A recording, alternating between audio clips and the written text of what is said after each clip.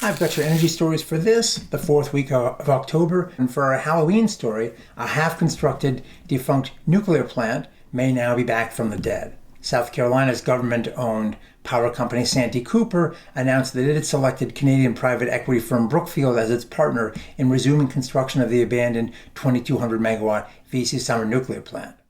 The twin reactors were to have been commissioned in 2017, but after massive cost overruns, delays, and $10 billion spent, the project was eventually scrapped. One of the bidders in the selection process, the nuclear company, strongly protested the proceeding and withdrew its proposal at the last minute, alleging that Santee Cooper's bidding process, quote, may have been fundamentally compromised by the evaluation of bids outside the established framework by parties previously involved in the V.C. Summer project and with access to information that the other parties did not have, unquote. For its part, Brookfield is committed to paying off $2.7 billion of the $3.6 billion obligation that Santee Cooper had incurred in the project, as well as sharing 25% of ownership and output. Brookfield is a majority owner of Westinghouse, which owns the underlying AP1000 reactor technology. Now the parties have 6 weeks for an initial feasibility period in which to select a project manager and review potential builders, with the eventual goal of arriving at an MOU.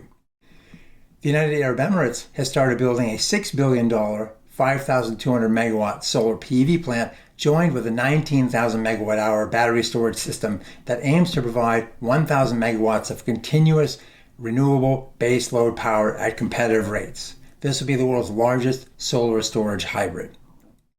And in New York State, the Mobility House, a company that offers smart charging and energy management systems, and Itron, the smart meter company, have announced an initiative to accelerate fleet electrification using flexible service connections that will take distribution capacity into account to prevent delays in fleet charging. The project will integrate Itron's distributed energy resource management system solution with the automated load management from Mobility House. This will enable fleets to electrify while minimizing needs for infrastructure upgrades in the distribution system. This will be done by managing charging capacity limits at specific times based on existing limitations. An interconnection of fleet charging systems with distribution grids has long been a problem, so this approach may help.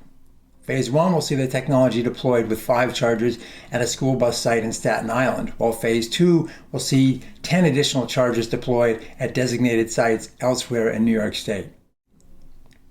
Redwood Materials, the battery recycling and cathode production company, has raised another $350 million, with funds to be used to support the company's growing energy storage business and expand its refining and materials production capacity.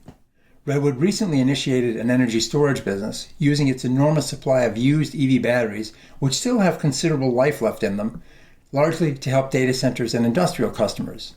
It combines used batteries with renewables to create off-grid power systems. Redwood covers over 70% of all used or discarded EV battery packs in North America, and as of June, the company had over 1,000 megawatt hours worth of batteries on site. It eventually plans to deploy 20,000 megawatt hours of grid-scale storage by 2028. Well, last week, we reported on all of Chinese EV maker NIO's millions of battery swaps. That company's not alone. Global Chinese market leader CATL just announced it has deployed 700 battery replacement stations in 39 cities across China, and it's on target to hit 1,000 stations by year's end. Most of the swap stations are for cars, but well over 100 serve heavy-duty vehicles. And by 2026, CATL plans to operate over 2,500 swap stations in more than 120 Chinese cities. In those initial 39 cities, drivers should find it possible to reach a swap station within 10 minutes and exchange the battery within 100 seconds. So take that, gas station experience. Also in China, offshore wind manufacturer Mingyang Smart Energy just rolled out plans for a twin-headed 50 megawatt, that's right, 50 megawatt floating offshore wind turbine supported by a V-shaped tower with twin 290 meter rotors. So China continues to forge ahead with offshore wind, while in this country we've done a strong 180. The JV between BP and JERA just called it quits on its 2,430 megawatt Beacon Wind project off the coast of Massachusetts and laid off all staff team members.